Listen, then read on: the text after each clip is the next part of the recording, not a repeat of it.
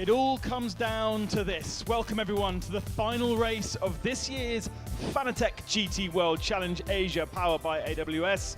We are in Sepang, and it really is a wonderful day to go motor racing. We started our year in Thailand, then we went 4 races in some of the best Japanese circuits in the world, and finally ended up in the Sepang International Circuit, where we will start 2024 as well.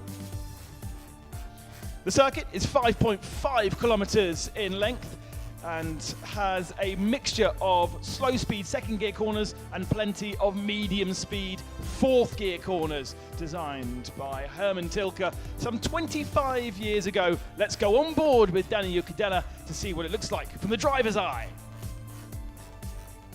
Hello guys, this is Danny Juncadella from the number 37 Craft Bamboo car, and we're gonna go on board a lap with me at Sepang. This is a very special track. Last round of the GT World Challenge Asia, we get to turn 1 after a long straight, braking around 100 meters from 5th down to 2nd gear. It's a very tight, long corner, so you gotta wait and second apex that last part. Into another tight hairpin. Make sure you get a really good exit, because there's a pretty long straight coming up. Going around turn 3, which is an easy flat out section, and then we're gonna get to another slowish corner, 90-degree second gear corner. Make sure you hit that inside apex. Watch out for track limits on exit. Just keep your wheels on track onto the white line. Then you go into a fast left, right, catching a bit of oversteer there. A little bit of movement in the car, and it's a very fast 4th gear corner. After that, we go into a double right, pretty fast from 4th down to 3rd gear. Make sure you carry a lot of speed, because you gotta maintain that speed through the corner.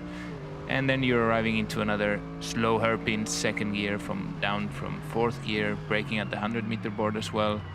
Very tight hairpin, turn 8, going up into the last section of the track. Very difficult, flowy corners. That's turn 11, tight 2nd gear corner, 3rd gear corner, going into a very fast chicane. Pretty much flat, just catching a car here, so just confused of what to do right now in this part of the track. But then it doesn't really leave me the inside part of the track, but I'm just finding a solution to go around it and going into the last bit of the track. That's a very fast section, high speed, long straight into the 3rd sector, coming into the last corner, turn 15. That's a very high braking point into 2nd gear. Quite understeery in the apex, but gotta catch that understeer and have a good exit to maximize the speed going into the finish line. And that's a full lap of the Sepang circuit for you guys. It is a windy day today here at the Sepang International Circuit. That will play its part. 31 degrees air temperature, and the track, the old tarmac, up to 45 degrees. Yesterday was full of action. Let's take a look at the highlights.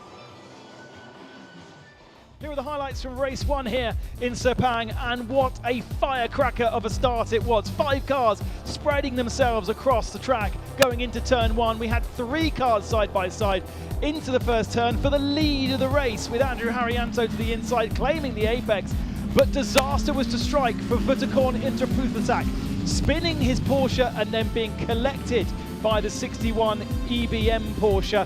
That meant one of our championship contenders retiring out of the race. Prince Ibrahim getting himself involved as well in the 88 machine, but amazingly, despite 3 lots of contact, does not have any damage to that car. We went back to green flag racing, having sorted out the damage down at turn 2, but quickly we went back to red flag conditions once more because of this crazy accident for the 72 Hub Auto Porsche. Maurice Chen absolutely fine climbing out of the car, but to repair the barrier we had to go into red flag conditions and about a 20-minute rate before we go back to green. All with the AM drivers as the first drivers, having to absorb all the changes and all of the pressure. Once we went back to green flag, Juan Bo in the 87 Porsche, 3rd at this point, was looking very, very strong, trying to attack Andrew Lee ahead of him, That man now very much with one hand on the title. If he could get past the 11, then that would be championship done. Akish Nandi joining us in the championship and moving up into third position ahead of the 87. And then we had a full course yellow because the number 3 found itself in the gravel trap and kept the AM Championship alive. Under the full course yellow, everybody pitted and changed and put their pro drivers in, which meant James Yu in the number 11, Danny Juncadella in the number 37. They came out of the pits nose to tail, but by the midpoint of the stint, James Yu had extended the advantage to 4.5 seconds. Meanwhile, Patrick Pilet aboard the number 4 machine got his elbows out trying to get himself up through the field. James Yu held on by 1.5 seconds over Danny Juncadella to take the second victory of the year for Absolute Racing and keep their Porsche team alive for the championship. But there would be a 19-point gap with Danny Juncadella and Andrew Liu heading into Sunday with 19-point advantage over the 88 and the 911 machines. So what does that all mean now for the championship? 1 car dropped out of yesterday's contention, 3 still remain. Let's go and meet them with Tom Hornsby. 11 races down, just 1 more to go. And the championship situation, to be honest, is quite straightforward. Abu Bakar, Ibrahim and Vudakorn Inthapuvacak must win to have any chance of beating this man, Anthony Liu, to the 2023 Drivers' Championship. Abu Bakar, well, if he wins, Anthony Liu needs to finish 6th, while if it's Vudakorn winning, the Craft Bamboo Mercedes needs to come home 7th to guarantee the championship. There are some other things to consider though. Anthony's back here in 11th, while his championship rivals start 3rd and 8th, and the Mercedes-AMG also has a 10-second success penalty. So if Michael Grenier, who's starting 88, can make up his additional 5 seconds at the start, then it's absolutely game on for Ibrahim. And the reason for the slight difference, considering that those 2 different cars are on the same points, is it goes back to the amount of wins, the amount of seconds, the amount of thirds, before you can establish which would be champion in the event of a tie. So we have to consider that as well. Anthony Liu has that 19-point advantage over Prince Abu Bakar. Vudakorn Inthapuvacak with also a 19-point disadvantage over the Mercedes in the lead. It's just those 3, with Wei Lu yesterday dropping out of contention despite a pretty good result for him and Patrick Pilet. A lot of drivers which are not with us this weekend forming the rest of our top 10, getting into the top 10 after yesterday's really almost dominating result. Andrew Haryanto and James Yu down there in 8th. We have heard from Tom Hornsby down on the grid as to exactly how the championship will play out. We also need to feel how those drivers are feeling going into the Sepang showdown that we have today. It could have been wrapped up yesterday, but Danny Juncadella just did not have the pace to pass James Yu. There is a car with massive pressure on his shoulders. Klaus Bachler didn't get to drive yesterday and has only been once a partner to Vudakorn Inthapuvacak this year. This is big, big pressure on Klaus to get himself at the head of the field and to do what he can to try and take victory. Runner-up in 2019, Vudakorn, in this championship. He wants to go 1 better this year. Let's go down to Amy, who is on the grid and chatting with our championship rivals.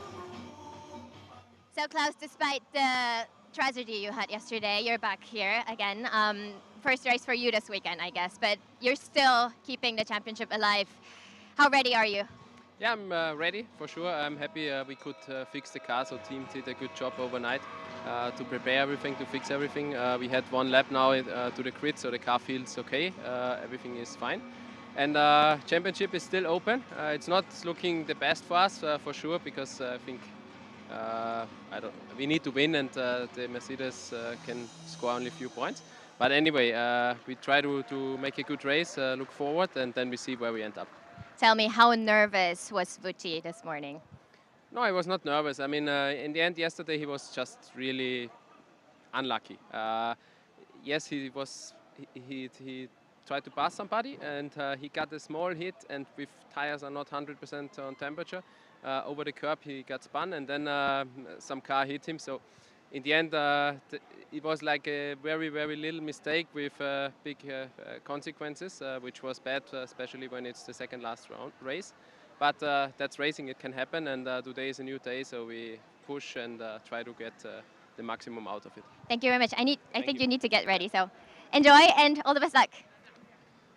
So if the 911 wins the race and Anthony Liu finishes 7th, they will tie on points, but Liu would still win with the greater number of victories, because it would be 2 to Inter Puvasak and it would be 3 to Anthony Liu. That win, the win that they've had so far, just a single win for the 911 Porsche, came with Klaus Bachler back in Suzuka in the middle of July. More victories, though, for Anthony Liu, and also for this car, the 88 machine. Prince Abu Bakar is the man who could wrap up. Aim is down there on the grid with the pro driver, Michael Grenier. Michael, you have worked so hard this season, the team, everything. I think you deserve this championship. What are you looking forward to this race? Yeah, well, we're not the only one who deserves the championship, but yeah, let's see. We have to try to win the race, and 37 needs to finish outside of the point. So we will try what we can, and then we will see later. I wish you great racing. Thank you. So in the event of a tie with the 88 machine and the 37, Ibrahim would win the championship thanks to his greater number of third places. You've got to go all the way back to third to find a differentiation. He's had 2 victories this season, the opening round of the championship in Buriram and at the second weekend in Fuji in June, and since then 2 third places and a second place, but with a different teammate this weekend to the majority of the season, because Lukas Stoltz has been aboard that 88 machine and has only missed Okayama last time out, so Grenier, a relatively new teammate to him. The pro drivers going off first today, and that really will be very, very tasty. But look at the front of the field. We've got 2 Porsches on that front row, and for the 72, a Porsche that has really not scored very many points this year and finished yesterday's race in the barriers. Morris Chen with that absolutely mammoth accident, losing the brakes and skipping across the gravel. A long, big gravel trap and ending up in the barriers.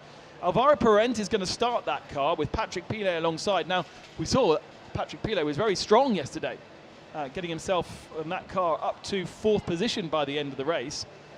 It wasn't enough to keep them in the championship, but if we look at this as just a race, it's going to be very, very interesting, because Hub Auto are going to be so desperate to get a result. They've done a great job of getting that car back to shiny, and there should be no lasting effects of their accident. It was actually amazing to see how little damage the car had, considering the impact that the car felt against the barrier. We've had festivities on the grid.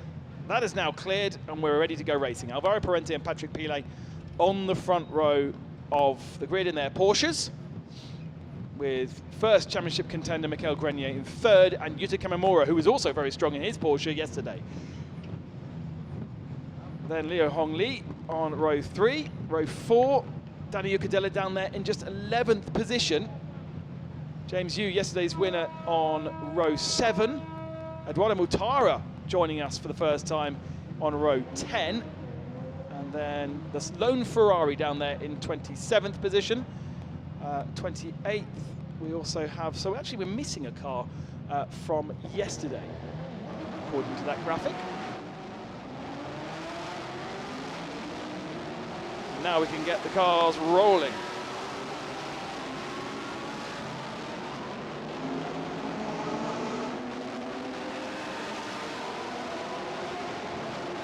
Green flag conditions, time to warm the cars up. No real chance or threat of rain. My forecast for this weekend has been completely wrong. because every single day it's said it was supposed to rain, and it's never arrived. But that's good news for these drivers. They can focus on a challenging 5.5 kilometer circuit. Herman Tilke's one of his original creations, so famous for creating so many racetracks over the years, but actually only began doing so in the mid-1990s. This one of the very first. Amy's got the final of our championship contender. Let's go down and hear from Anthony Liu. Anthony, you were clearly unhappy on the podium yesterday. I saw that. Today is your last chance. This is it. How ready are you? How are you taking this situation? I'm always ready, 100%. We're aiming for a P6 finish, so we'll give it everything. All right. Yeah. All the best luck to Thank you. you. Thank See you you on the podium. Thank you. I think there's a bit of nerves. 10 years in the making, he said yesterday. They were really hopeful to get it done yesterday, knowing how difficult Anthony Liu had. Well, actually, Danny Ucadella had struggled in the qualifying too. As you can see there, in the middle of the pack, with, interestingly, the 888 just ahead of him. Now, how much is the 888 going to play in this? I'm sure Prince Geoffrey will be looking to try and help his younger brother. And Danny Ucadella sits behind Brock Feeney, who is aboard the 888 this weekend. Richie Stanaway has driven that car as well this year. How much of a team play will occur in the middle of the pack? There's always so much that can happen at turn 1 and turn 2 here. As we saw yesterday with Wutterkorn into Puvasak, that car, the 911 with Klaus Bachler lining up on row 4, so not really in safe zone either, to be honest. Anything can happen through those first couple of corners. It really does funnel everyone onto the same bit of tarmac, and they really will need to be very, very careful. 29 starters, 28 GT3 cars, a GT4 Toyota Supra, and we are missing the number 90 Team AAI BMW M4, which was a guest appearance this weekend, or a returning car actually, because we did see it earlier in the year. And that means we won't see Jesse Krohn, unfortunately, with Yusan Chen having heavy contact at the start of yesterday's race and damaging the left front suspension, which cannot be fixed. Very slow as the two Porsches come round the final turn.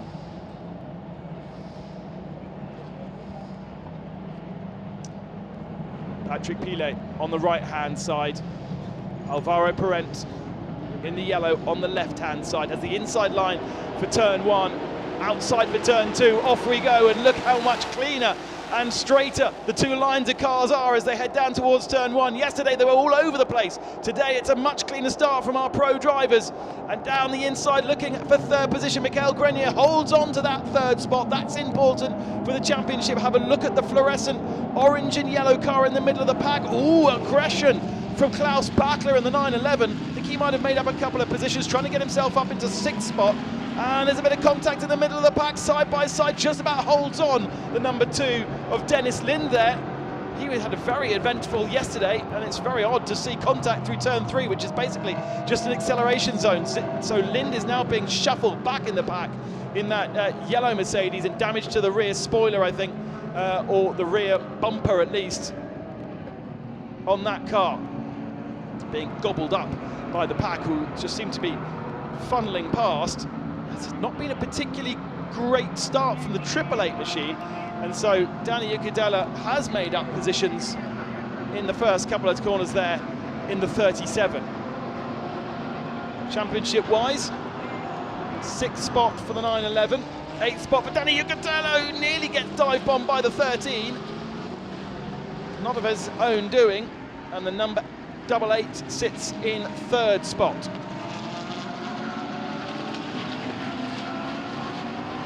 Ucadella just a little bit wide, clearly pushing on these early laps, but he hasn't got that spectacular pace like we saw yesterday. Just wasn't able to answer James Yu. In qualifying he struggled, and he hasn't got that spark and ultimate speed that you would expect, I suppose, from him. Sitting behind him in the number 13, by the way, is our China Cup winners. That was sealed yesterday. We go on board now with the 911, looking to the inside at turn 15, brakes late. Oh, what's Klaus Bachler doing? Oh, he's run off into the gravel. Is this all over? Can he keep the momentum? Yes, he has, but that was a mistake. He didn't have the braking retardation that he was expecting. And then he turned left onto the grass. That was a very, very odd, presumably to avoid contact, but that has shuffled him down to the back of the pack. Where is he? 911 is down in 23rd spot. A big mistake from our pro driver. He's going to try and get past Kamimura here. Onto the brakes. He just had, I mean, it's almost a repeat of what we saw from the 72. He wasn't going to make the corner, had to turn onto the grass to avoid hitting the number 18 machine. Oh, Klaus Bachler needs a miracle now in the 911. It all was put on the back foot. They came here with just a single point off the championship lead. But that mistake from Vutkonen to Puvacek, and now a mistake from Klaus Bachler as well. Uncharacteristic. We go on board now with a double 8 machine. We're in third position here. Michael Grenier has Patrick Pilet ahead, and leading the race, the 72 of Alvaro Perent. The 72 car, by the way, has just got 10 points to his name the whole year. 4 points scored at the first round, and 6 points scored at Okayama in the last round. That's it.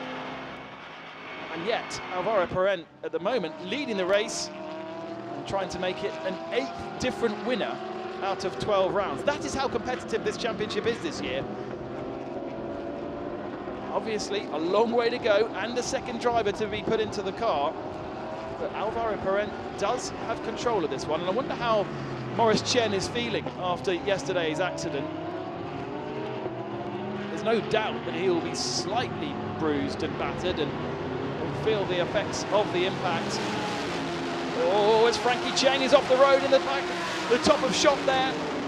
He's kept the car on the circuit, but for a moment it looked a little bit sketchy for the number 13. There he is, now under pressure from 888, which is Brock Feeney. Brock Feeney has Dennis Lin behind. Look at the damage to Dennis Lin's rear right quarter. Just affect the balance of the Mercedes at high speed. But Chen then dropping down 2 positions. Sits in 10th spot. And Ucadella there, going through shot, under pressure for Jens Klingmann in the 91 BMW. Ucadella is not starring here. But unless Grenier can get himself ahead of the 2 Porsches ahead, it doesn't really matter. Have that advantage after yesterday's podium.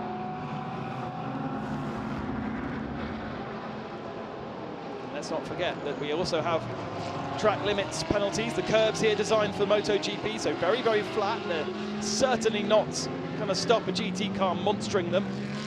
So race control having to monitor turns 4, 6, 8 and 14. On the exit curbs, we must keep at least one wheel touching the white line. Rule now pretty consistent across all championships. Just yesterday, exactly the same ruling applying in Suzuka at the Formula 1.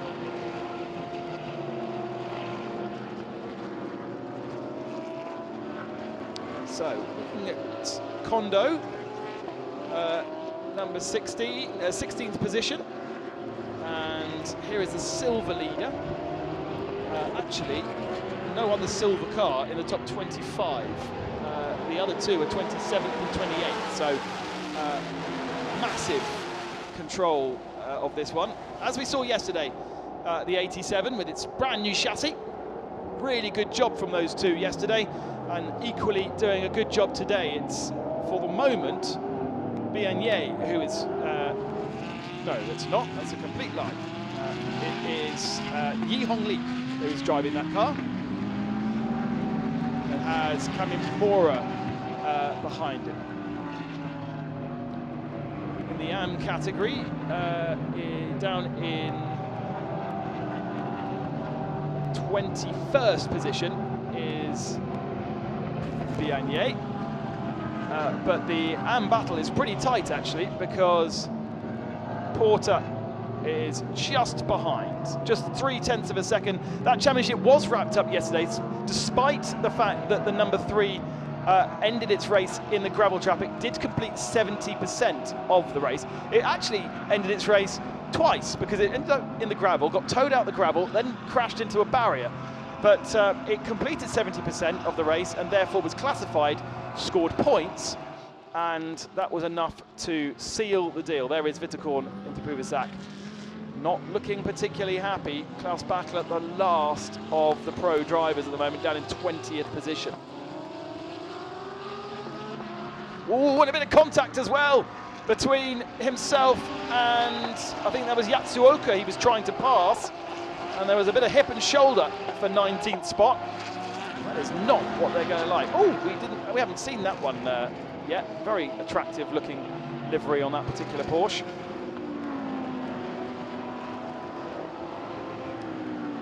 And Klaus Bachler has got past Yatsuoka then. A little bit of a gap before he can get onto the tail of Tomofuji in the D-Station Aston Martin. There it is, just coming into shot. First time outside of Japan for D-Station. And there is our AM leader. As I said, Biagnier in that car.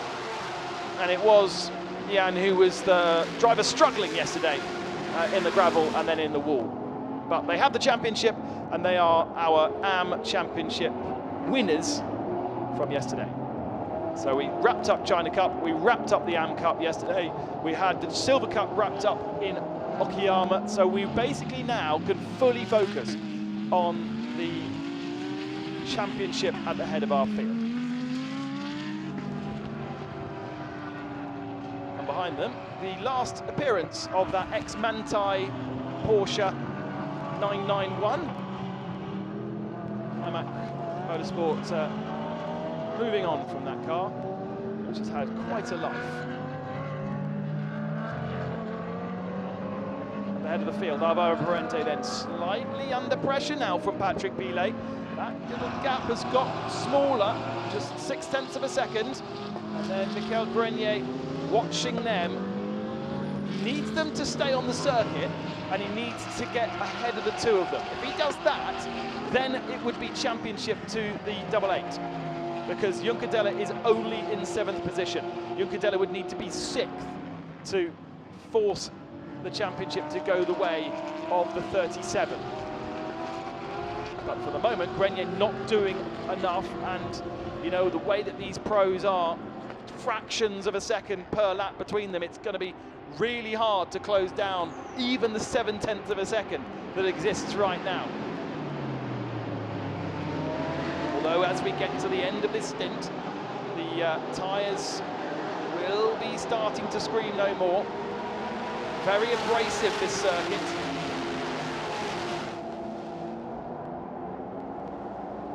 And really a bit of a struggle, especially in the temperatures as well, to keep the tyres life good throughout the whole stint. We heard from Danny Juncadella that the Mercedes is very good, and he was hoping at the end of the stint that he would be better off than the Audi that was ahead of him in the last race, but it turned out not to be the case.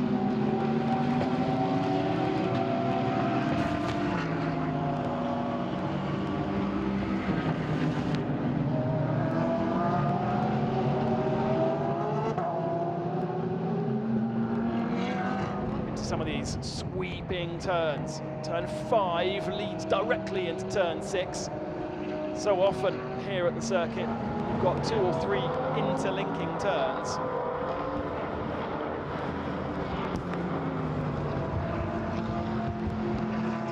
I do love that turn 7 and turn 8 complex as well. 7 really fast, almost a braking zone for these guys into turn 8. And a big stop down at turn 9.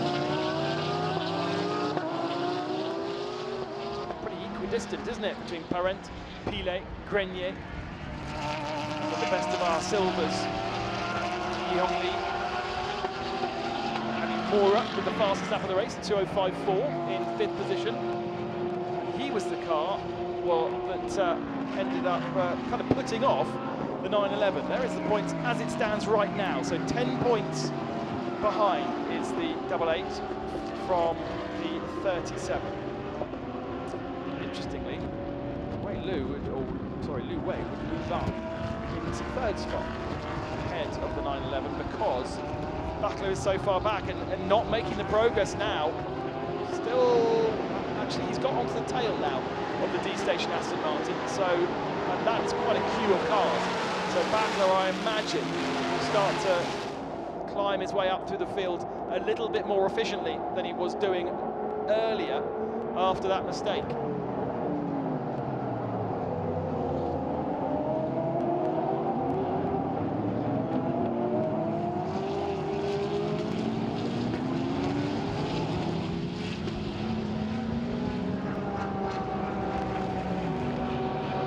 Wonderful noise of these GT3 cars as they echo around the Sepang circuit. Probably now one of the most international events that the Sepang has on 4 wheels. Has previously hosted the World Touring Car Championship and Intercontinental GT Championship. It's a 12-hour race. Of course, Formula 1 too. But all of those championships moving away over the last couple of years. MotoGP very much the mainstay of the circuit, with 130,000 fans coming to watch that. Should be the end of November. But in terms of 4-wheel motorsport, the pièce de résistance, and traditionally has always been the opening round of the championship.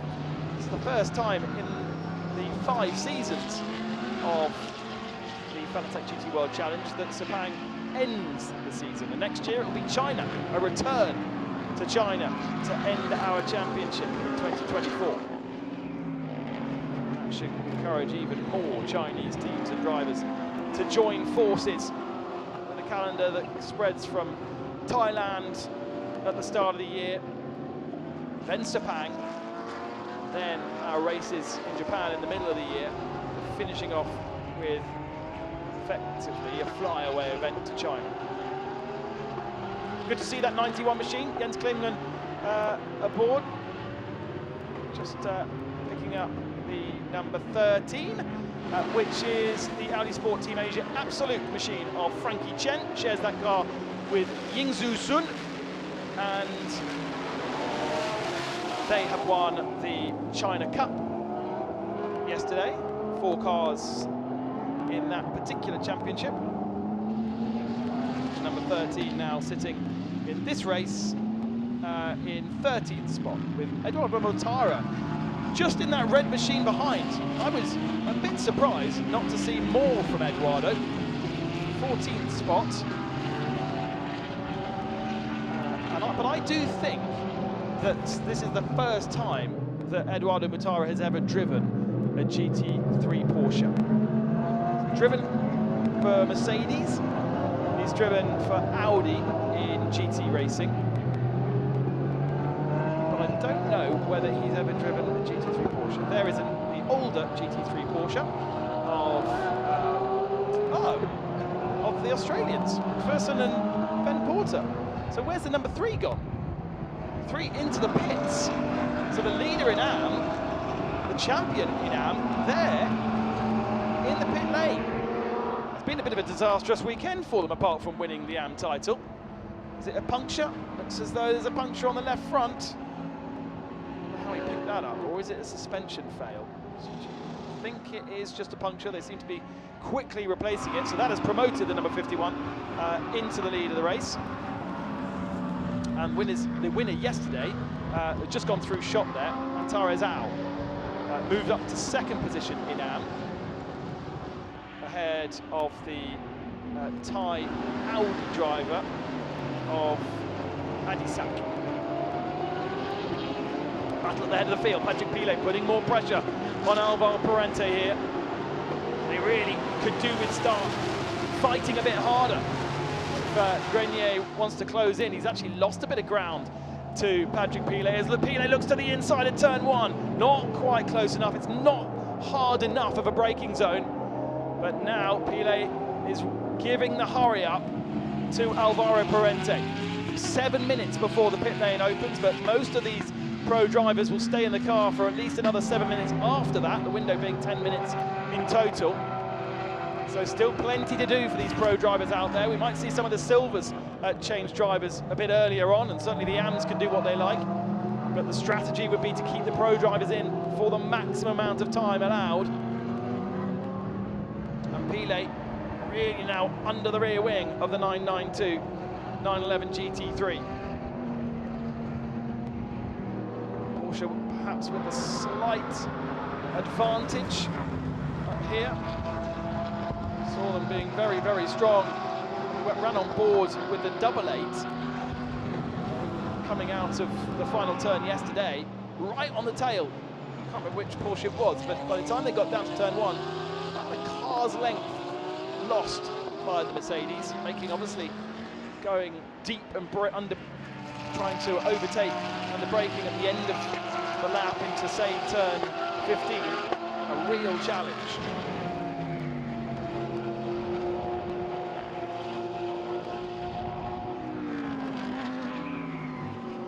Klaus Bachler up to 18th spot in the 911. So he got past the D station Aston Martin, but still a huge amount of work to be done. There's our GT4 car. Nice to check in with the Toyota Gazoo Racing Indonesia machine. Will move itself up into runner-up spot in GT4 in the Fanatec GT World Challenge Asia powered by AWS, by dint of completing 70% of the race here. All looks good aboard that car. Plenty of airtime yesterday in qualifying. And I asked them about the motivation of racing here this weekend. They said racing's just as much about racing the conditions on circuit and in the air than it is racing each other. And so the team enjoying the challenge. That car looks a lot less on edge than it did when we rallied aboard with it in qualifying. Remember just how much the drivers were having to fight the rear end, especially through some of these sweeping fourth gear corners. Today, much more race setup, calm inside the cockpit.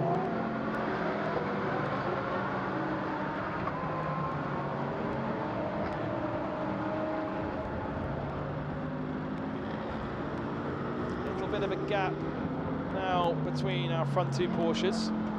We've got the number 3 of Biagnier back out onto circuit, just ahead of them in fact. Oh, Pilet jumping over the curbs at turn 8 there, getting pushed a bit wide, full wheels off.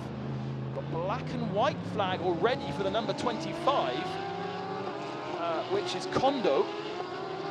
And that is a bit of a disaster for the NK Racing Porsche, because it basically means that neither Kondo or Uchiyama are able to go off track again. They will get a drive-through penalty. Kamamura has been given a 5-second penalty for being out of position at the start. Interestingly.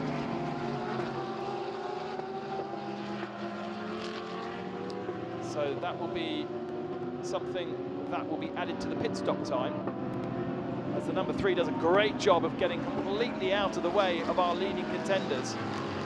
Really nice job there. Mikel Mack checking in with him, the 333. And the Yucadella still in 7th position. Not under pressure anymore from the BMW of Jens Klingman behind, but hasn't been able to clear Mikel Mack in the Phantom Pro Racing MGM-sponsored car. That's a completely different livery from what we saw last time, or for the rest of the season, to be honest. And Yucadella can't do anything about it. Yucadella also will have a extra seconds in the pits as well for the success yesterday. So could find himself falling even further behind after the pit stops. There is the Porsche Center Kozaka, which was out of position at the start, and will have an extra 5 seconds limits. I was about to say that might help Danny Ucadella, but of course it won't, because Danny Ucadella's got more, and it will stopping for even longer. Pile getting a ping for track limits, saying it turn 6. We definitely saw him doing it turn 8 on that last lap. And half the time, when you do exceed track limits, it's more about rescuing the car. It's not necessarily trying to go faster and gain advantage by running off the circuit. It's certainly through some of these fourth gear corners, it's more about simply rescuing the car as you've just thrown it in just that little bit too fast, sitting on the very, very edge of adhesion.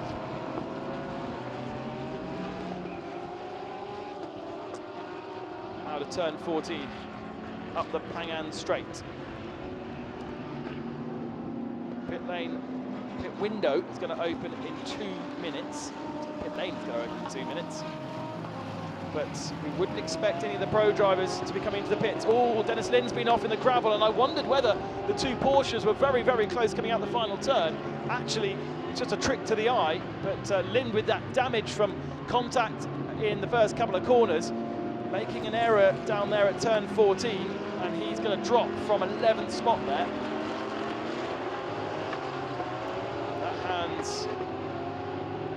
Well, it doesn't really benefit any of our championship challengers, because Klaus Bachler hasn't really progressed. Although Bachler does move up, because Linda's dropped all the way down to 20th position. There's a curious accident. So that is a corner that you kind of brake and steer at the same time.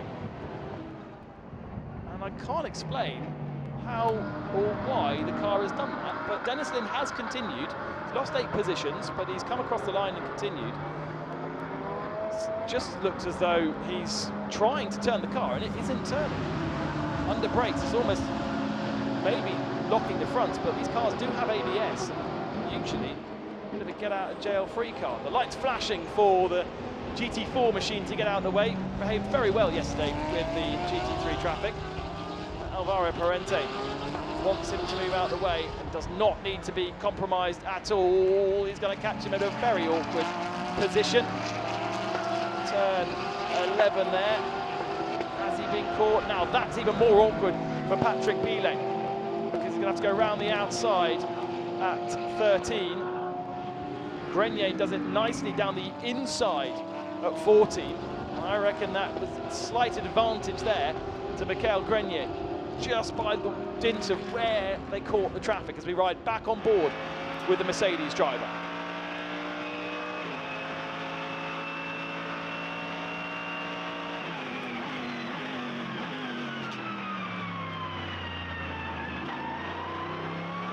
Black and white flag for the number 4 machine.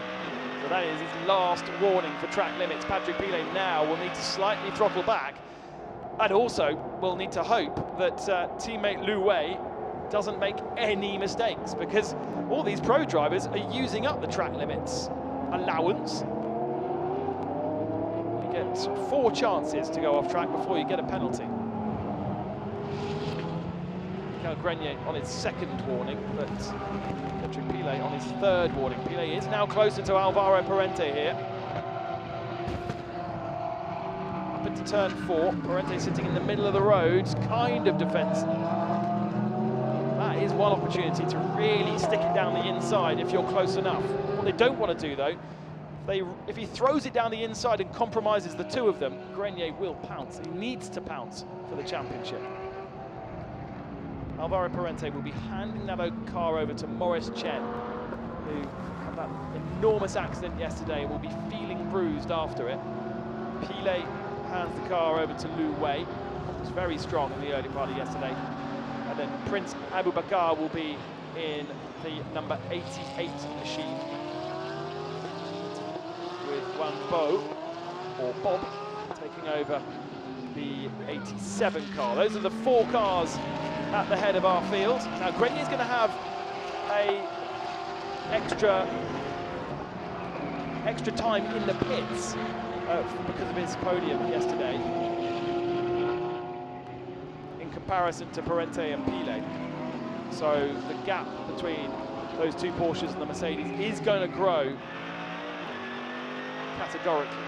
But then we put a new set of drivers in and everything changes. Pit is open, and we're hearing some of the silver cars coming in. We've also got a couple of AM drivers coming in, but none of the pros will be doing it for another couple of laps yet.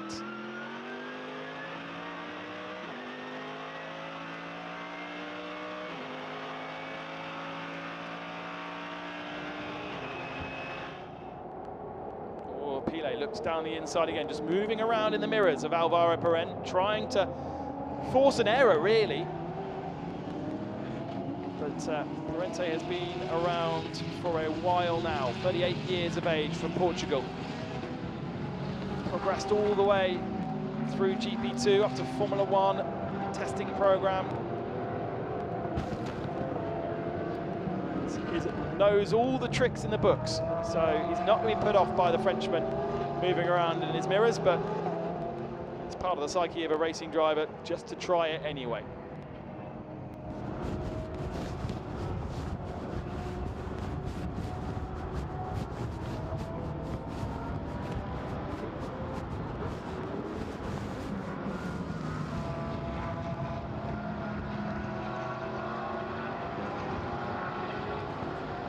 Dennis Lin's come into the pits in the number 2 machine.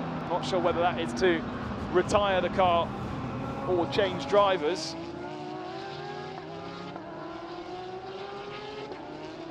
Joe Bihau will be getting aboard that car, if indeed it isn't permanently damaged, because I did feel as though the accident we saw Dennis Lin have just looked very odd.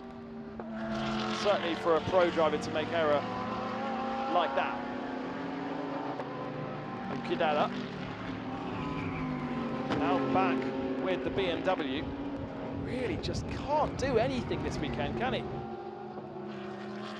Craft Bamboo telling me yesterday that basically Danny missed the window of the tyre. They set the car up to be really good on one lap, and that was a lap that was disallowed, and then came into the pits, did a tyre pressure change, and then just couldn't get the car back to the same level as he had in the previous stint.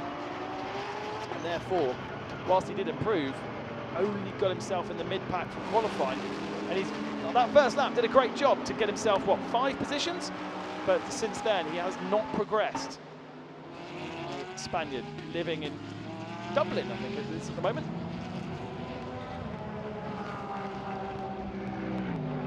Black and white flag still flutters at the starting gantry. This time in the direction of the 61 machine, which was the winner of this race last year, Adrian De Silva for El Bamba Motorsport, showing with Reid Harker this weekend in a slight shuffle of the 2 EBM drivers. There is the number 2 machine in the front of shot, so Joe Bihuang has come out onto circuit and taken over from Dennis Lind. Is this now a good time to come into the pits, considering those that have pitted early, pit stop being 90 seconds, if you were about half a minute back, you're going to come out right ahead of our leading cars, and so the more cars behind the pit, the more traffic Parente and Pile are going to have to contend with. There is a risk involved in that, but of course you're also looking at the gap behind. If I pit, am I going to find myself in traffic when I come out of the pits? Have enough of those cars behind pitted, giving me clear track. Parente with a bit more of an advantage here than we saw a couple of laps ago, but through that final turn, Pile very good. We saw the double eight very, very strong through the final turn yesterday. Was able to climb up the hill because the inside apex is much higher than the outside of the turn, and Grenier was able to get to that apex where so many others weren't. Right, now we're starting to see some of our pro guys come in. Eduardo Mutara has done his work.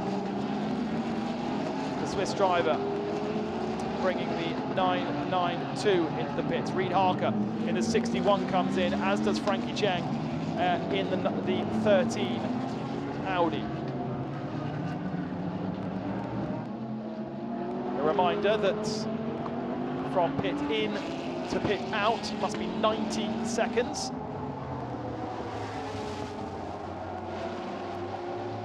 And cannot be any shorter. Gives them plenty of time to bolt the second driver in without any risk. And what you're trying to do is make sure it is bang on 90, because every second counts, and if you do sit in the pit lane for any longer, you're giving away valuable time. Alvaro Perez squeezes down the inside. I was for a second a bit worried that Joe hadn't seen him. As it happens, he just about managed to get down the inside there. But it was slightly nervous times, and that has dragged Patrick Pilet right back under the rear wing. And there was another car just ahead of them as well. I think that might be the 3.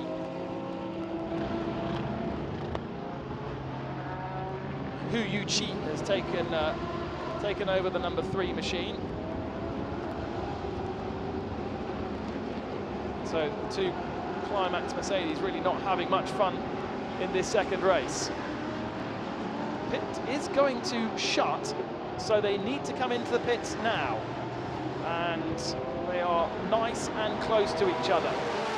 In theory, the first 2 should come out exactly in formation like they have come into the pits, but the double 8 has more time to spend in the pits due to its success yesterday, and so that will end up, I think, dropping behind at least the 87 and maybe also the 18.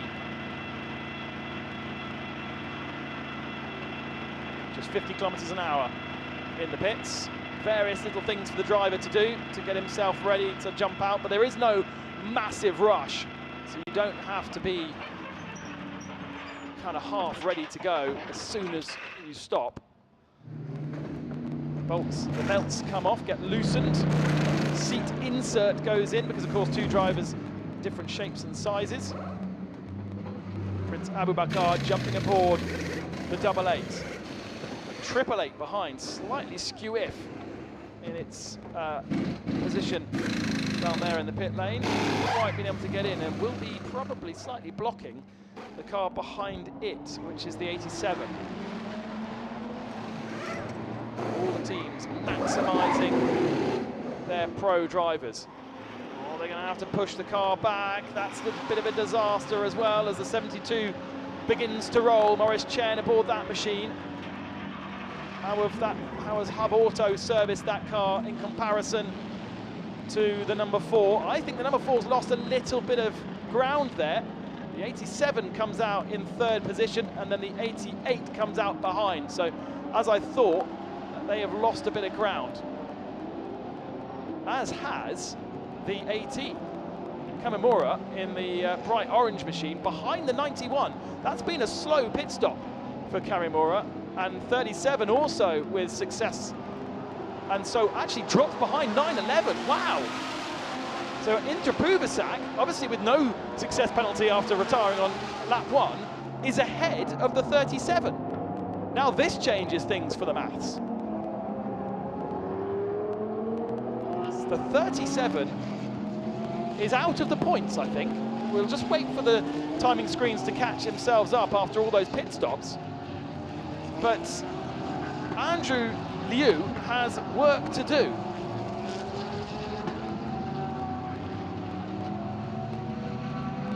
At the head of the race then, Maurice Chen aboard the 72 now. And Lu Wei aboard the number 4. Waiting then for a little gap, and we've now got the 87 machine in 3rd position with Wan Bo. And then in 4th, so Yuan Bo is in 3rd, 4th is Prince Abubakar right behind him. But you see, Prince Abubakar is a bronze, well, he's a bronze plus driver, The 87 is a silver car, which means Wan Bo is a silver driver. So according to the FIA classifications, Bo will be a bit faster. Oh, Bo nearly lost the rear of the car there through 14. Very, very close for the lead of the race though. Here comes Lu Wei looking to the inside, under braking into turn 15. We've seen Porsches flying off here this weekend, but Lu Wei has done it and got past Maurice Chen. Runs a little bit wide on the second half of the turn, but that is job done. Now Lu Wei needs to check out, because no doubt Prince Abu Bakar is going to be chasing them down. Those are our first four, still close together, and in the pit stops, advantage definitely for the 333 up to 5th position. Now with Chris Chayon driving, big gap then to the BMW of 91, with Kevin Chen aboard that.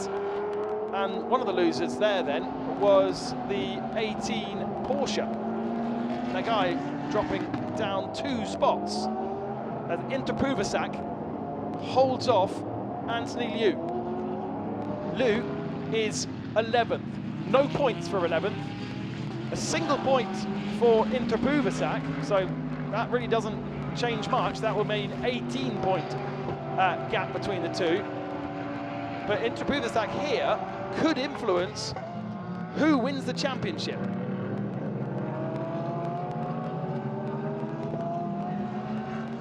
Trying to think how many points Abu Bakar is going to have. He's going to have 12 points, isn't he? So he needs more points than that. 15 for 3rd and 18 for 2nd. He still has to win this race. He has to win, even though there are no points being scored by Anthony Liu. I might be wrong, but I think I'm right.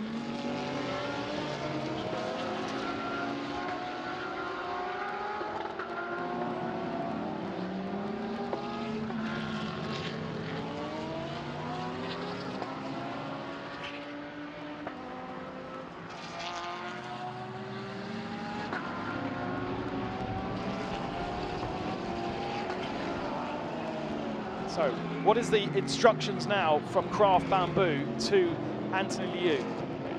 Do you just hold? Hang on a second, where has Maurice Chen gone? Chen's dropped down to 4th position. Wow, in that last lap, the yellow Porsche losing 3 spots. So it's Lu Wei that leads, Bob Wan in 2nd position, and now Prince Abu Bakar up to 3rd spot. But he needs to win the race. Has 2 victories to his name this year, but no buts. The 2nd race in Fuji was won by them, but it wasn't won on the road, if you remember, because there was a plethora of penalties given. So they've never won a race 2 on the road.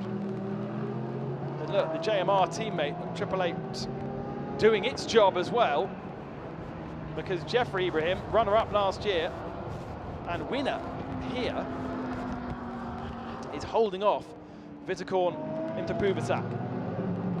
Trying to go round the outside, not particularly wise. He's going to have to find himself on the grass, but I suppose that does open the door to be down the inside, going through turn 5. Confirmation on the right-hand side that it still goes the way of Anthony Liu as it stands. We've got a slow Mercedes in the middle of the track wandering around. That's a bit of a change. Oh, and Anthony Liu spun. Liu is off the circuit. He's kept it away from the gravel trap, but there was a bit of confusion going on ahead of him, with Interpruvasak trying to get past Jeffrey Ibrahim, and that has caught out Anthony Liu.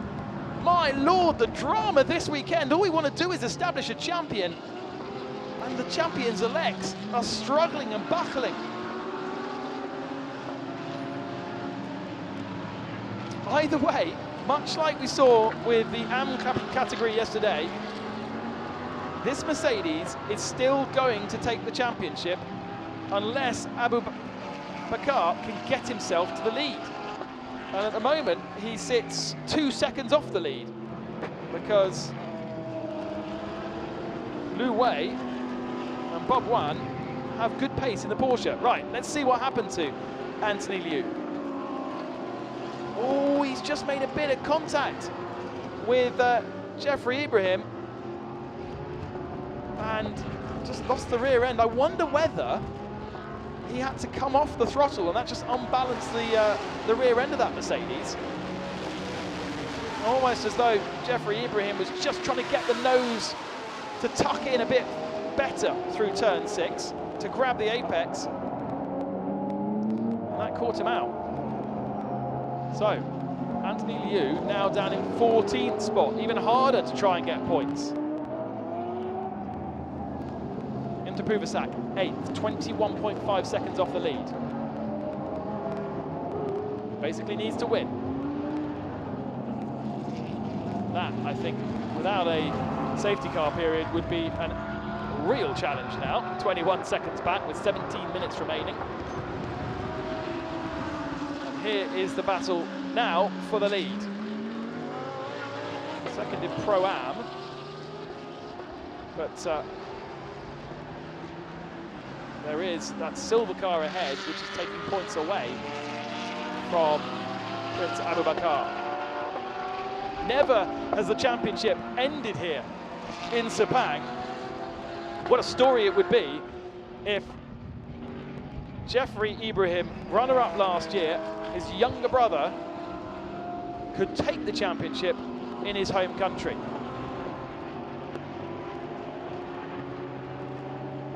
In a country where his father may rule in a couple of years' time.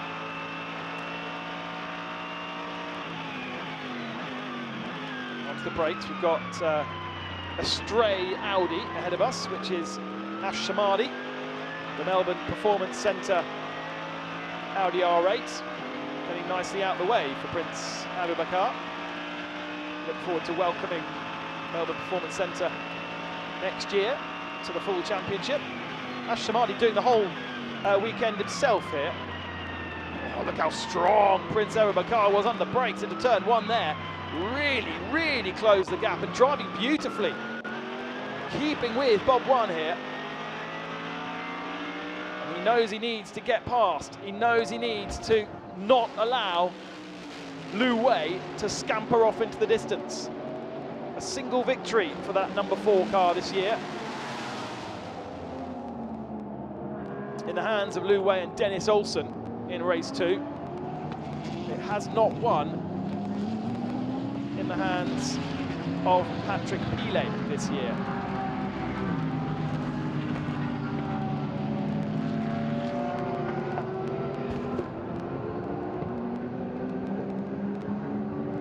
Plenty of battling going on all the way through the pack. Unfortunately for Anthony Liu, directly ahead of him.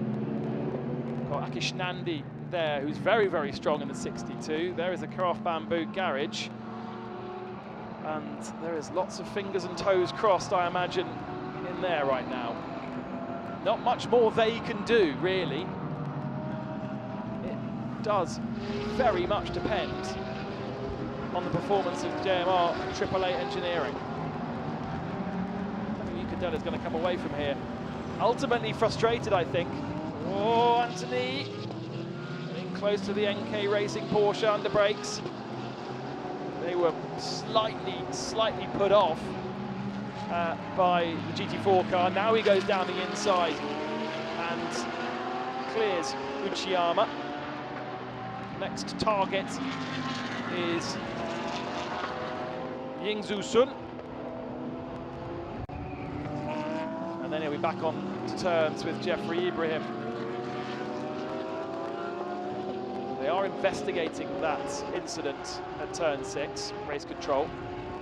They'll be trying to understand exactly what happened. Not quite sure why he's putting his hazard warning lights on. Anthony Liu almost saying thank you to the number 13 machine. As 85 and 888 go side by side ahead. This is Jeffrey Lee in the 85, Jeffrey Ibrahim in the 88. This is exactly what Anthony Liu would like to see, the two of them squabbling and the two of them compromising each other's ultimate pace. 85, Jeffrey Lee's going to have that inside line. Needs to kind of squeeze the 88 out, which he does. Oh, there's contact between the two of them. at turn 2, almost inevitable contact between the two of them, and the 85 gets shuffled back 2 spots. So Triple Eight under investigation again, I imagine, after that little tap and go.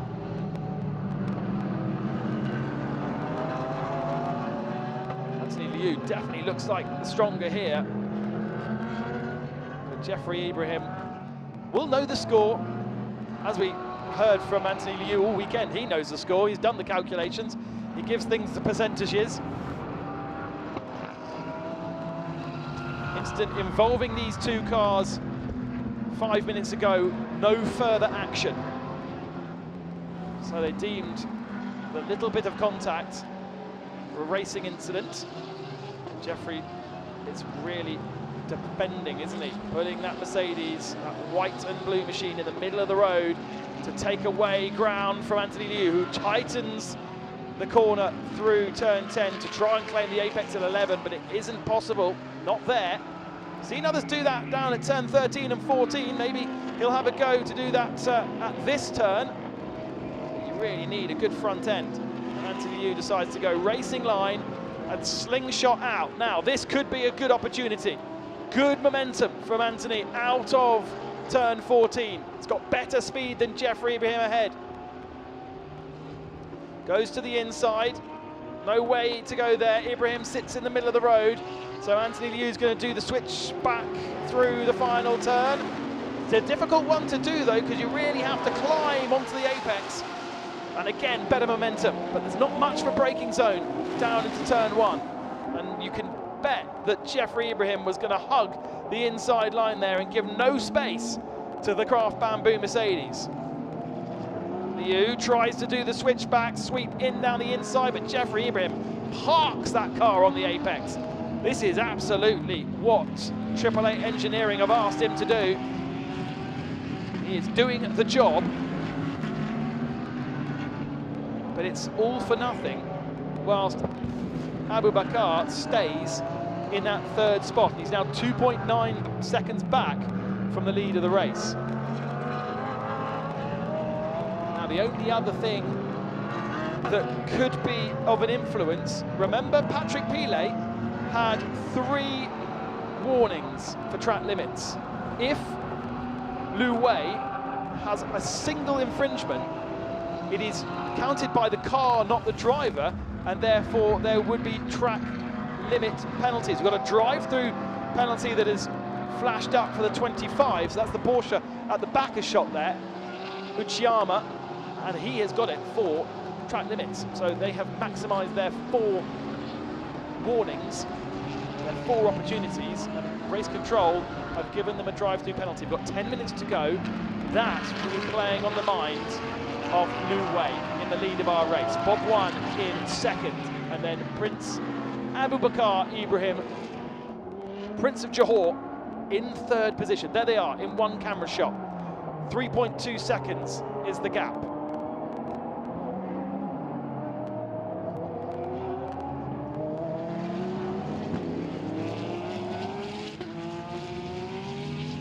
Now, being in the lead of the race, R&B may well have enough points to win the team's championship. It's a complex calculation to establish how you win the teams.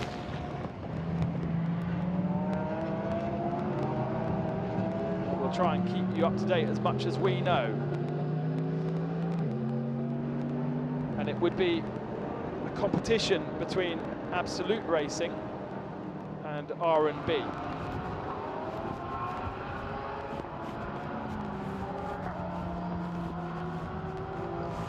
Not an easy weekend for Absolute Racing. Into Puvacek, by the way, up to 6th position now. So this has been an incredibly strong second half of the race for the 911 team. It's not going to be enough championship-wise. What could have been if Klaus Bachler hadn't made that error at the start of the race. Into Puvacek moving ahead of the 72 of Maurice Chen on that last lap. Chen now down to 7th position, the car that led the race for the first half of our encounter in the hands of Alvaro Parent.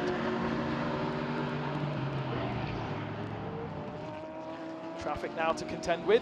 Harmony Racing's Ferrari. Lovely to have a Ferrari in the field. And big pat on the back to Harmony Racing after almost writing off their car on Thursday practice.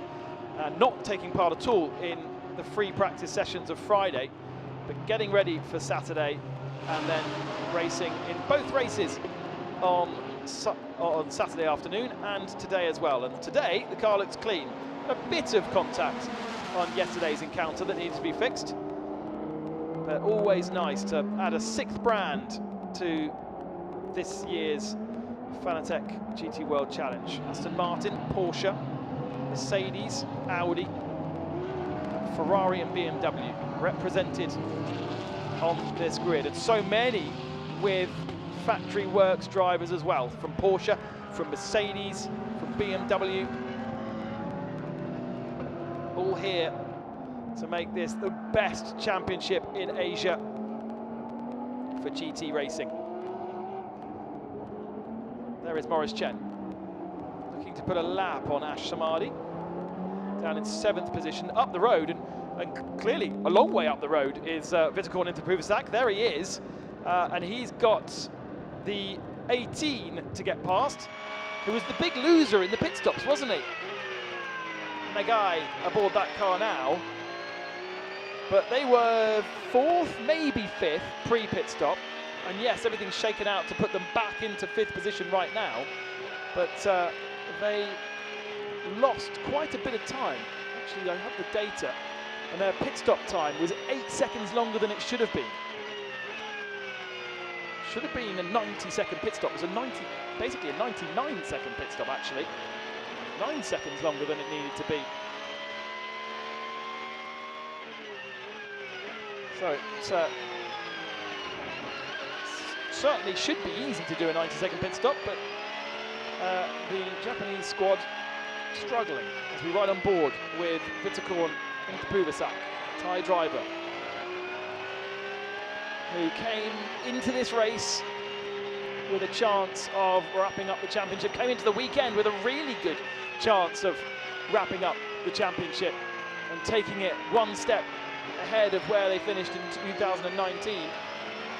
But a spin at the start of race 1 and a retirement. Oh, Jeffrey and Anthony going side by side again, this time down there at turn 13. No space. I'll tell you what, I wonder how angry Anthony Liu's going to be with this really strong defence. It's fair, it's racing, you're allowed to do it. But Jeffrey Ibrahim with kind of one mission, and that is to prevent this 37 from getting past. He knows what it takes to win a championship, Jeffrey Ibrahim. Won this race last year in that car back in May at the start of the 22 campaign that he ended up at the end of it.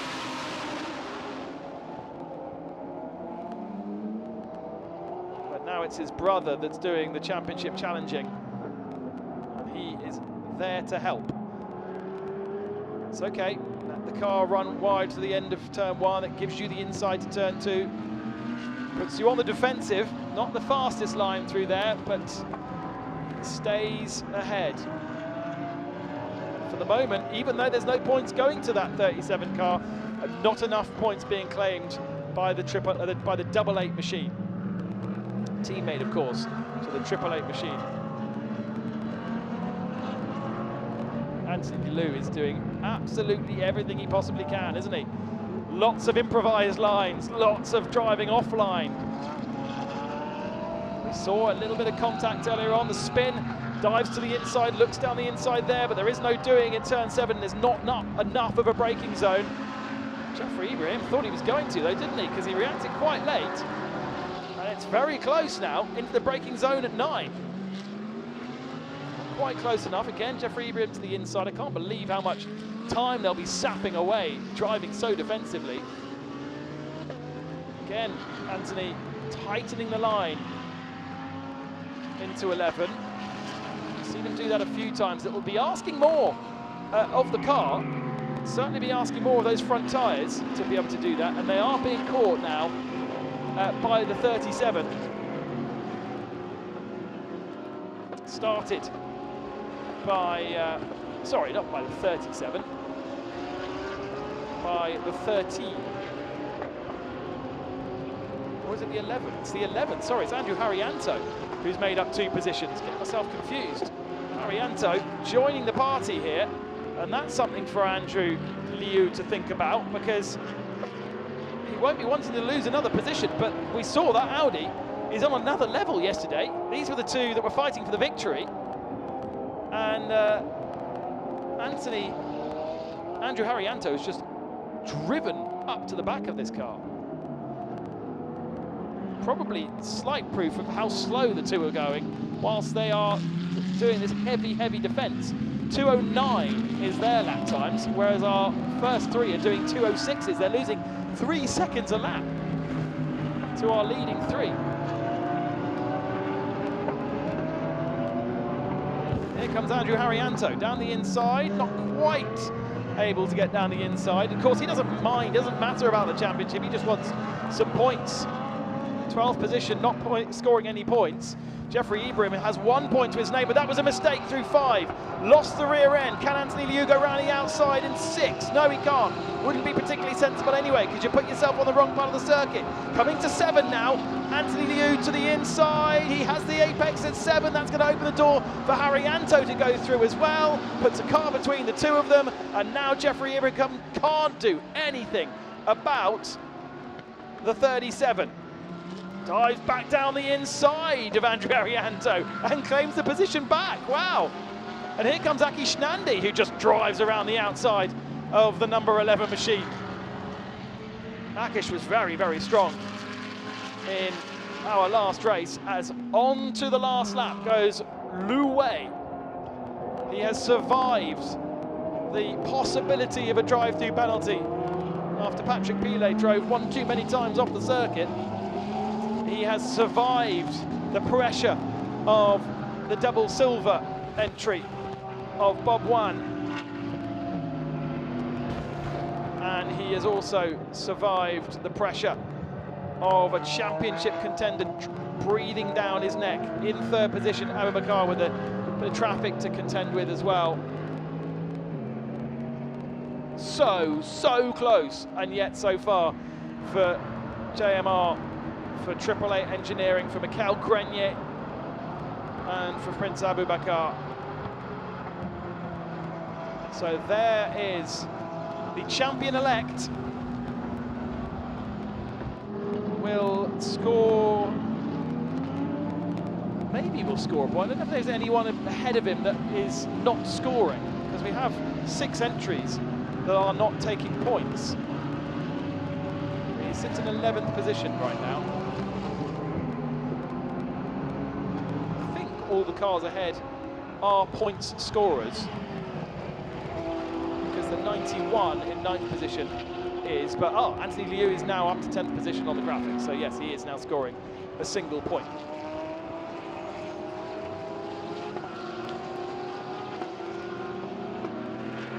Round turn 14, just one more turn to go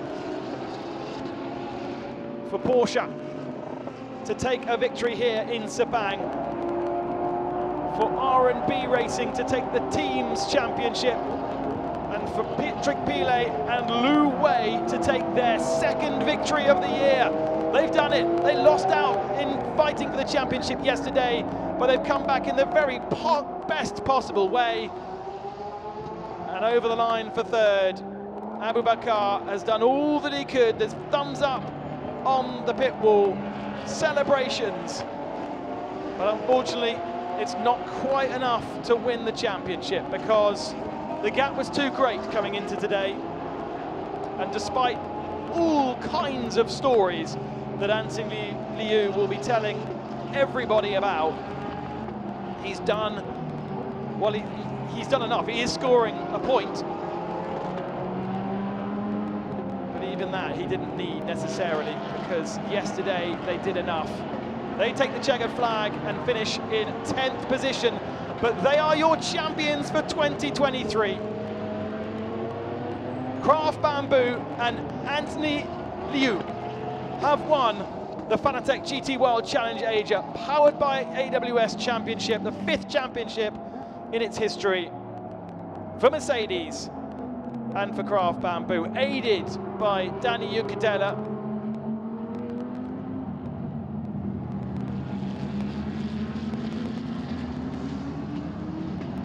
And also aided by Fabian Schiller as well. Not this weekend, but the very first race win of the year for this car was Anthony Liu and Fabian Schiller. Plenty to celebrate then down in pit lane on this Super Sunday here in Sepang. Patrick Pilet putting lots of pressure on the 72 car in the early part of the race. But Alvaro Parent was able to absorb that. Boris Chen, sadly, not with the pace to be able to hold on. But those early laps from Lu Wei to establish a gap over Bob Wan was enough. And Prince Abu Ibrahim did not have an answer to the Porsche pace. Over the line for 25 points in GT4 comes our Toyota Gazoo Racing Indonesia entry. And that will move them up to second in the championship, behind the YZ Racing with BMW Japanese entry.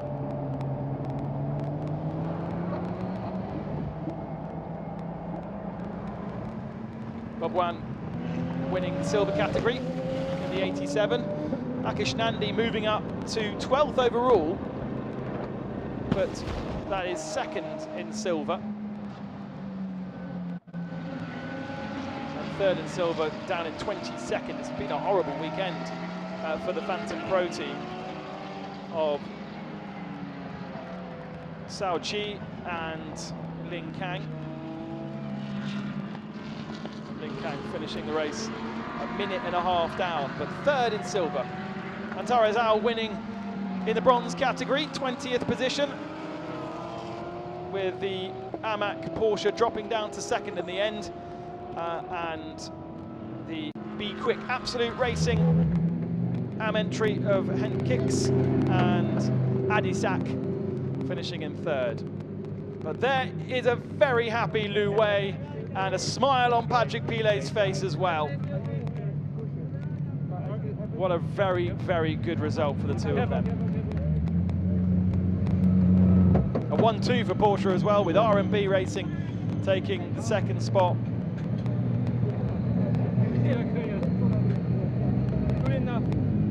So that is actually a 1-2 for R&B Racing as well as for Porsche. No wonder they've wrapped up the team's championship. They'll be joined by the Mercedes that rumbles its way into Parc Fermé. But the celebrations will not be on the podium, because the 37, with just a single point, have struggled through the whole of this weekend. Wonder how happy they will eventually be. They have won the championship, but they've only got a couple of points to their name on today's race. Just coming into the pits now, as we can go down to Amy. She's got herself sorted and can talk to Lu Wei and Patrick Pilet.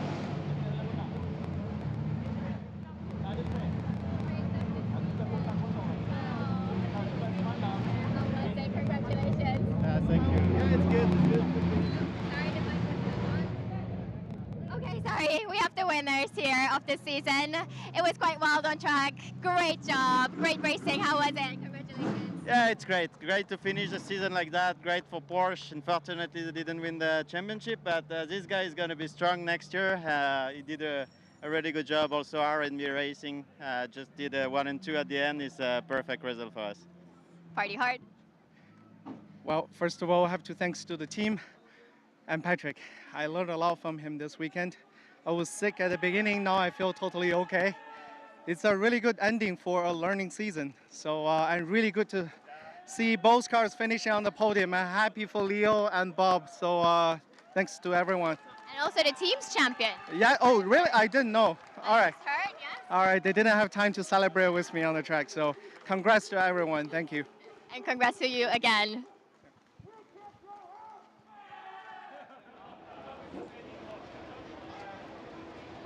R&B 1-2 there with Leo and Bob in the 87 machine,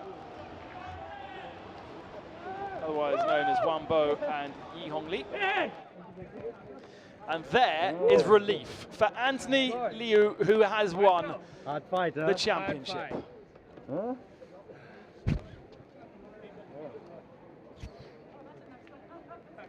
He raises the Chinese flag. He's so excited he hasn't had a chance to take his helmet off yet. And that's nice to see. Runner-up in the championship, Prince Abubakar comes over and congratulates Anthony Liu, who said yesterday, 10 years in the making to get to this point. For China, he is this year's champion, and he'll be very happy to be going back to China in next year's calendar. I'll meet you to wear this.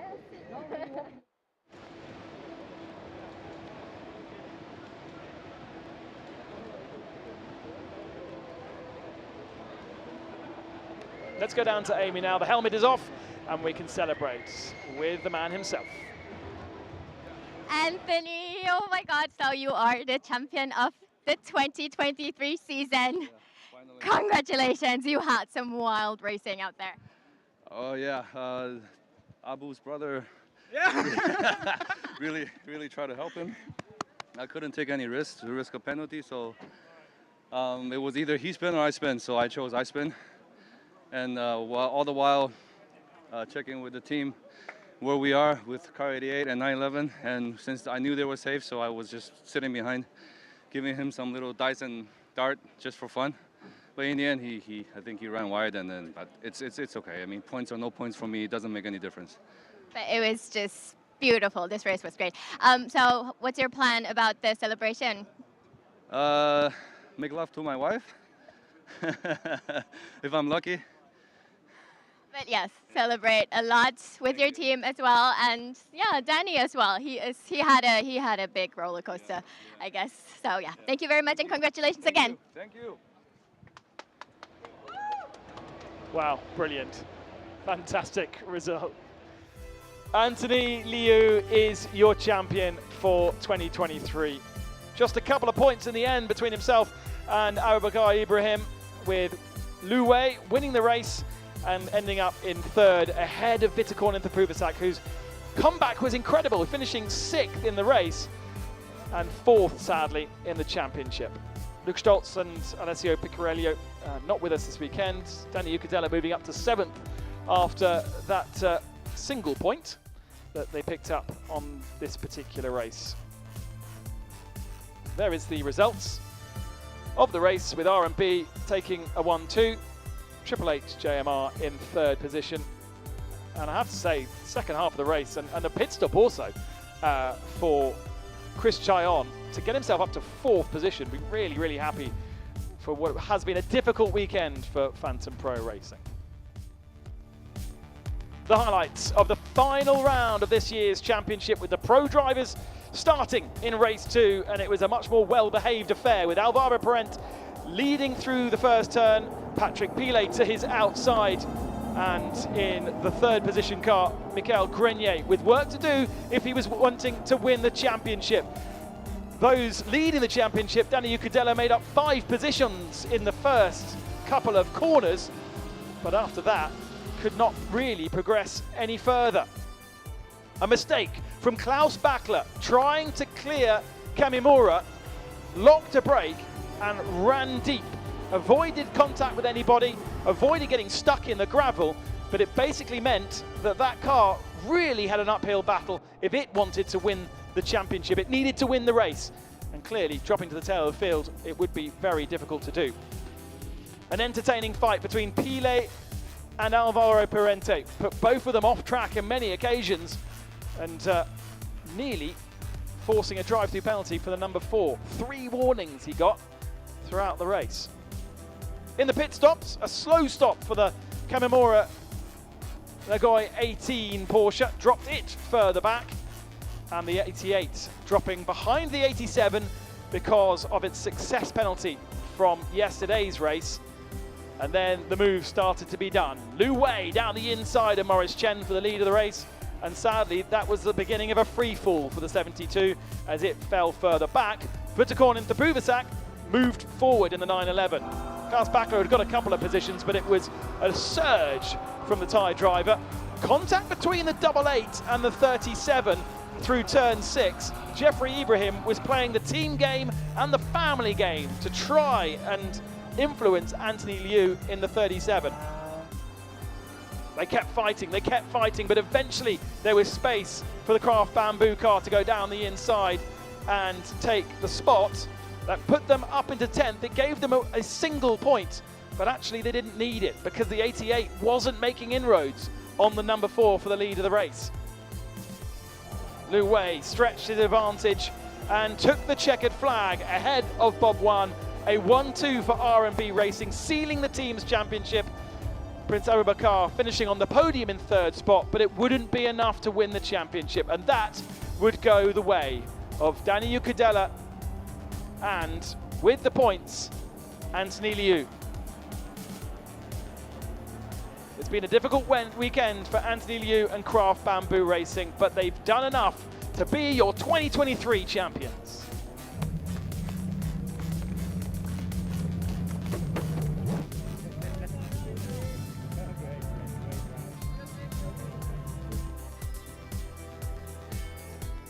For China, for Craft Bamboo, Anthony Liu is your champion.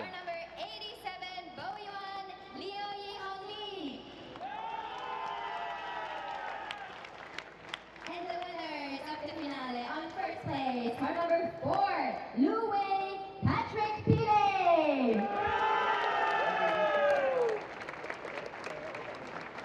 And now we gladly invite Dato Mohammed Riza Ghazi, Vice President of Motorsport Association of Malaysia, to award the trophies.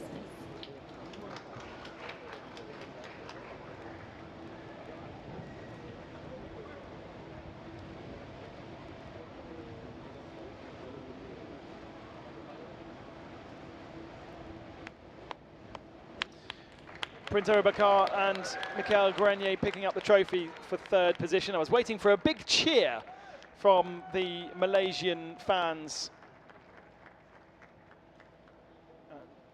The Vice President of Motorsport here in Malaysia presenting the trophies. Dato Mohammed Riza Ghazi. And great to have that kind of presence here at the racetrack today. A huge thank you to Sepang for hosting the season finale for this year. And our next race in the championship next year will be here as well. Okay. You have it in front of you. Well done to R&B Racing. That is a huge result for the team. A 1-2 and the team's championship. To Leo and Bob winning the silver category and 2nd overall. That is mighty impressive too. Especially when you consider the kind of level of pro driver that exists here in this Fanatec GT World Challenge Asia Championship.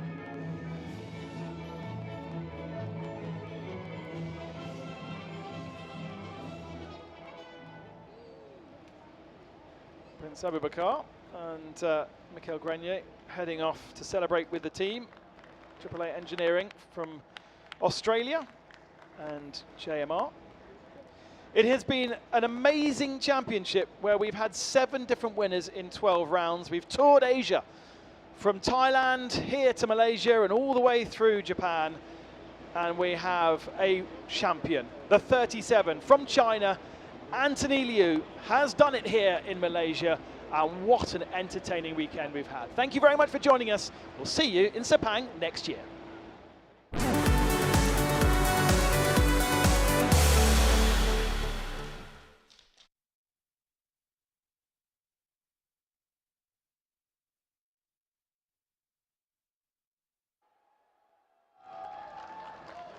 On to our next podium. On 2nd place, car number 88, Prince Abubakar Ibrahim and Michael Grenier. I think this is the podium for Pro-Am. On 1st place, So that is why we have the 333 car of Chris Chayon and Mikael Mack.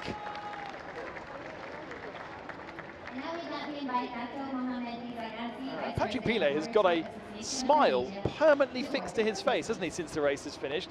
He's absolutely loving this victory. He's been a teammate to Lu Wei on a couple of occasions, but Dennis Olsen has done the early 3 rounds, and it was Dennis Olsen who took the victory in Motegi in race 2. So Pilet, actually, this is his first victory this season as part of that team. Maybe that's why the smile is great. But it's interesting also, isn't it, to hear what Lu Wei had to say about the learning process that these pro drivers offer to the gentleman drivers. It's not just a case of being fast on track, packing up and going home. There's work that goes on behind the scenes to get these drivers up to speed. Analysing, pushing them through testing and free practice, experimenting, setting up the car. And Lu Wei very thankful. Open the cork and it's champagne time!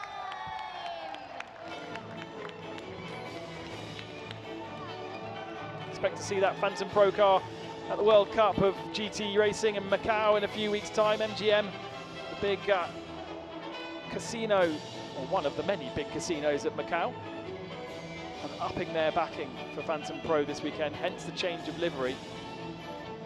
And that will all be as a precursor to 2 weekends of GT action in Macau to celebrate 75 years. Still got 2 months to wait. And a quick look at the points again. In the Pro-Am standings, we remove the silver drivers and the AM drivers, and so Lu Wei in 3rd, Vitacorn and Pruvasak in 4th, Andrew Harrianto and James Yu moving up to 5th equal, actually, behind Luca Stoltz and ahead of Alessio Picciarello. Danny Ucadella down there in 8th position. Porsche Centre Ozaki in 9th. They didn't have a particularly fun day, did they? Spending an extra 8 seconds in the pit lane. I reckon costs the potential for a podium. To the AM category then. And so good to have some of those invitational cars this weekend. 6 in total, including the Be Quick Absolute Racing crew. And Henk Kick's 2nd time on the podium for the part Thai, part Dutch driver. Teammate to Tang Adisak. A 3rd, Ben Porter and Andrew McPherson from Australia in 2nd. And Antara Zhao on the podium as winner. And of course, he did that race all on his own. So he's brought a team representative up to celebrate on the podium this time, because there was a spare bottle of champagne after yesterday's podium knocking about. And Modern Motorsports also one of our invited teams. So a big thank you to Modern Motorsports for coming, and well done for the success.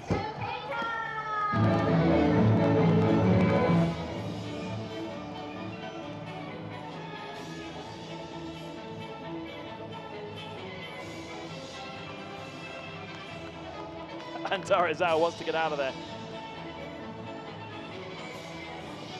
A cheers rather than a spray from our Victor from Hong Kong. And yeah, great to see those invited cars, those guest entries on the podium there, and participating with the very best. We lost the number 3 car to a puncture, and that's why it ended up a lap down and missed out on being on the podium. But well done to the 991 Porsche of AMAC Motorsport on its final outing.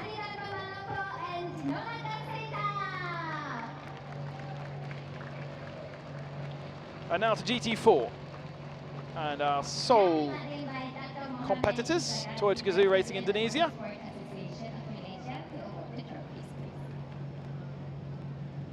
Saita Nonaka and Haridama Manopo taking the trophies and really looking forward to next year and participating in GT4 in Japan. I think it's going to be a bumper year for GT4 in Fanatec GT World Asia next year. Lots and lots of interest, and we could really have the next step in GT racing making its presence felt here over in Asia. It already has such a presence in different markets around the world. It's only a matter of time that we see GT4 with grids, huge grids.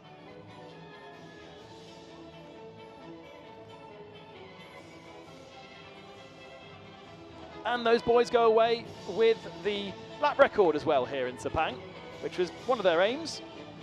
It was not a particularly hard task to do. If Wikipedia is correct, and I'm not entirely trusting it, they went faster by 4.5 seconds to the previous lap record. And there is the point standings of the Fanatec GT World Challenge Asia GT4 Cup. As I said a bit earlier on, Toyota Gazoo Racing Indonesia moving up into second there, behind the BMW team Studi, that basically took all the other victories inside of Japan. We didn't see them in the flyaway races in Thailand and here, but that was enough to hold on and in fact complete the championship with 2 rounds to spare. Anthony Liu though gets a chance to celebrate his championship on the podium with the Chinese flag draped around his neck. Congratulations, Anthony. Congratulations to Craft Bamboo and to Anthony Liu. Hard fought, especially this weekend. Just so much going on for the team and for the drivers to deal with. Daniel Cadella not on his dominating form that we've seen some other rounds. Perhaps the car not quite to the driver's liking, but they got a podium yesterday whilst others faltered. The 911 faltered twice.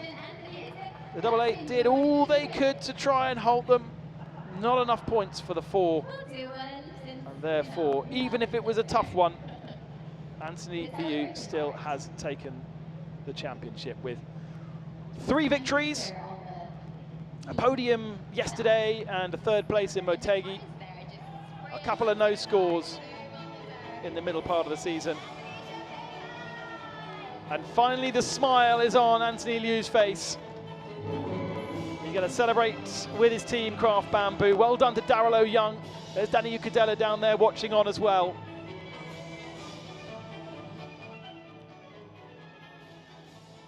And they will be excited to come back next year and do more and more. There's the Prince, who ends up missing out. But I'm sure we'll be seeing the 2 brothers back in 2024 to fight once again with their JMR team. And just look at the interest. He arrived at the circuit with a cavalcade of police vehicles, and they've come to support him. The Prince of Johor, him and his brother. And they sadly haven't been able to do it. It would have been an amazing story had they been able to win the championship here in Malaysia. They won't have the chance to win it in Malaysia next year. First round of the championship. So we are done here. Thank you very much for joining us, and we'll see you in 2024 when it's going to be bigger and better than ever. Bye-bye for now.